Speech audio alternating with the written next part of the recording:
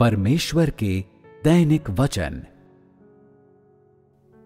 कलीसियाई जीवन केवल इस प्रकार का जीवन है जहां लोग परमेश्वर के वचनों का स्वाद लेने के लिए एकत्र होते हैं और ये किसी व्यक्ति के जीवन का एक छोटा सा भाग ही होता है। यदि लोगों का वास्तविक जीवन भी कलीसियाई जीवन जैसा हो पाता, जिसमें सामान्य आत्मिक जीवन भी शामिल हो, जहां परमेश्वर के वचनों का सामान्य तरीके से स्वाद लिया जाए, सामान्य तरीके से प्रार्थना की जाए और परमेश्वर के निकट रहा जाए, एक ऐसा वास्तविक जीवन जिया जाए जहां सब कुछ परमेश्वर की इच्छा के अनुसार हो, एक ऐसा वास्तविक जीवन जिया जाए जहां सब कुछ सत्य के अनुसार हो, प्रार्थना करने का और परमेश्वर के समक्ष शांत रहने, भक्ति गीत गाने और नृत्य का अभ्यास करने का वास्तविक जीवन जिया जाए, तो ऐसा जीवन ही लोगों को परमेश्वर के वचनों के जीवन में लेकर आएगा। अधिकांश लोग केवल अपने कलीसियाई जीवन के कुछ घंटों पर ही ध्यान देते हैं और वे उन घंटों से बाहर अपने जीवन की सुध ही नहीं रखते, मानो उससे उनको कोई लेना देना न हो। ऐसे भी कई लोग हैं जो केवल परमेश्वर के वचनों को खाते और पीते समय, भजन गाते या प्रार्थना करते समय ही संतों के जीवन में प्रवेश करते हैं। उसके बाद वे उस समय से बाहर अपने पुराने व्यक्तित्व में लौट जाते हैं। इस तरह का जीवन लोगों को बदल नहीं सकता, उन्हें परमेश्वर को जानने तो बिल्कुल नहीं दे सकता। परमेश्वर पर विश्वास करने में यदि लोग अपने स्वभाव में परिवर्तन की चाहत रखते हैं, तो उन्हें अपने आप को वास्तविक जीवन से अलग नहीं करना चाहिए।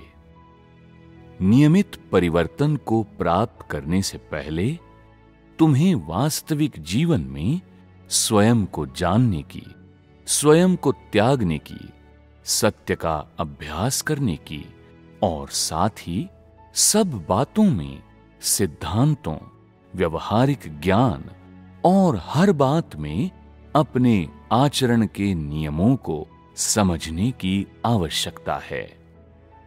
यदि तुम केवल सैद्धांतिक ज्ञान पर ही ध्यान देते हो और वास्तविकता की गहराई में प्रवेश किए बिना, वास्तविक जीवन में प्रवेश किए बिना धार्मिक अनुष्ठानों के बीच ही जीते हो, तो तुम कभी भी वास्तविकता में प्रवेश नहीं कर पाओगे।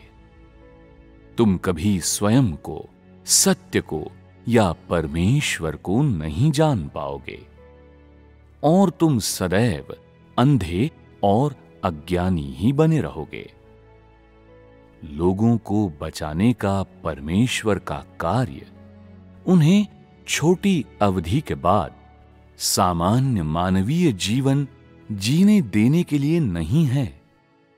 नहीं, ये उनकी त्रुटिपूर्ण धारणाओं और सिद्धांतों को परिवर्तित करने के लिए है, बल्कि परमेश्वर का उद्देश्य लोगों के पुराने स्वभावों को बदलना है, उनके जीवन के पुराने तरीकों की समग्रता को बदलना है और उनकी सारी पुरानी विचारधाराओं और उनके मानसिक दृष्टिकोण को बदलना है।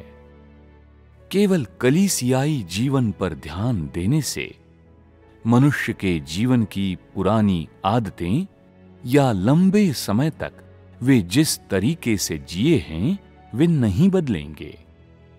कुछ भी हो, लोगों को वास्तविक जीवन से अलग नहीं होना चाहिए।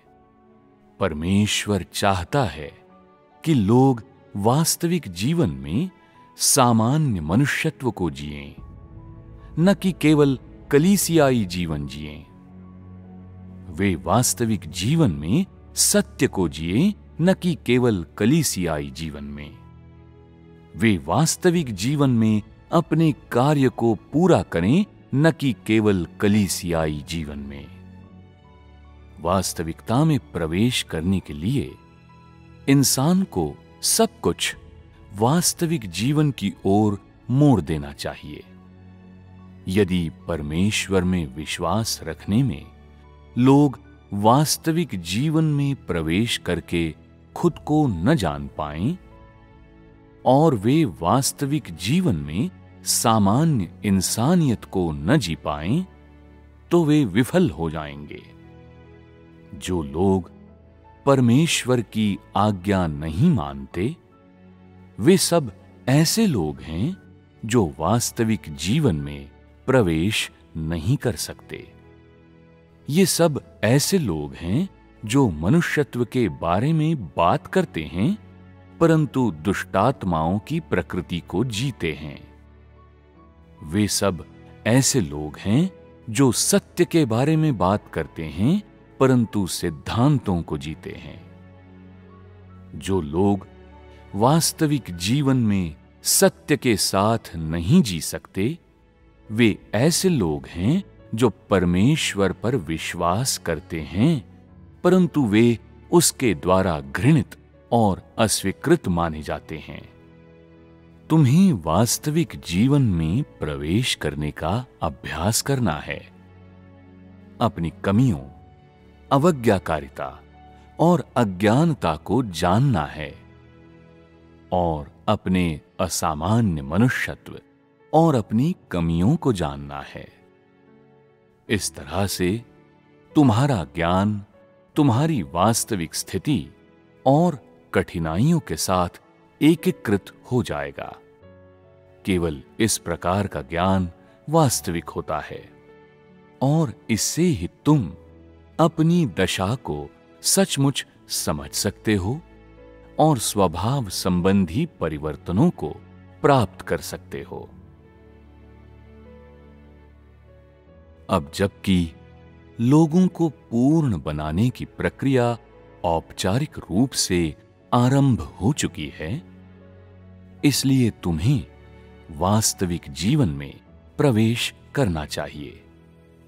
अतः परिवर्तन पाने के लिए तुम्हें वास्तविक जीवन में प्रवेश से आरंभ करना चाहिए और थोड़ा थोड़ा करके परिवर्तित होना चाहिए। यदि तुम सामान्य मानवीय जीवन को नजरअंदाज करते हो और केवल आत्मिक विषयों के बारे में बात करते हो, तो चीजें शुष्क और सपाट हो जाती हैं, वे बनावटी हो जाती हैं। तो फिर लोग कैसे परिवर्तित हो सकते हैं? अब तुम्हें अभ्यास करने के लिए वास्तविक जीवन में प्रवेश करने को कहा जाता है, ताकि तुम सच्चे अनुभव में प्रवेश करने की नींव को स्थापित करो। लोगों को जो करना चाहिए, ये उसका एक पहलू है। पवित्र आत्मा का कार्य मुख्य रूप से मार्गदर्शन करना है, जबकि बाकी कार्य लोगों के अभ्यास और प्रवेश पर निर्भर करता है। प्रत्येक व्यक्ति इस रीति से विभिन्न मार्गों से वास्तविक जीवन में प्रवेश कर सकता है, जिससे कि वो परमेश्वर को वास्तविक जीवन में ला सके और वास्तविक सामान्य मनुष्यत्व को जी सके। केवल यही अर्थपूर्ण जीवन है।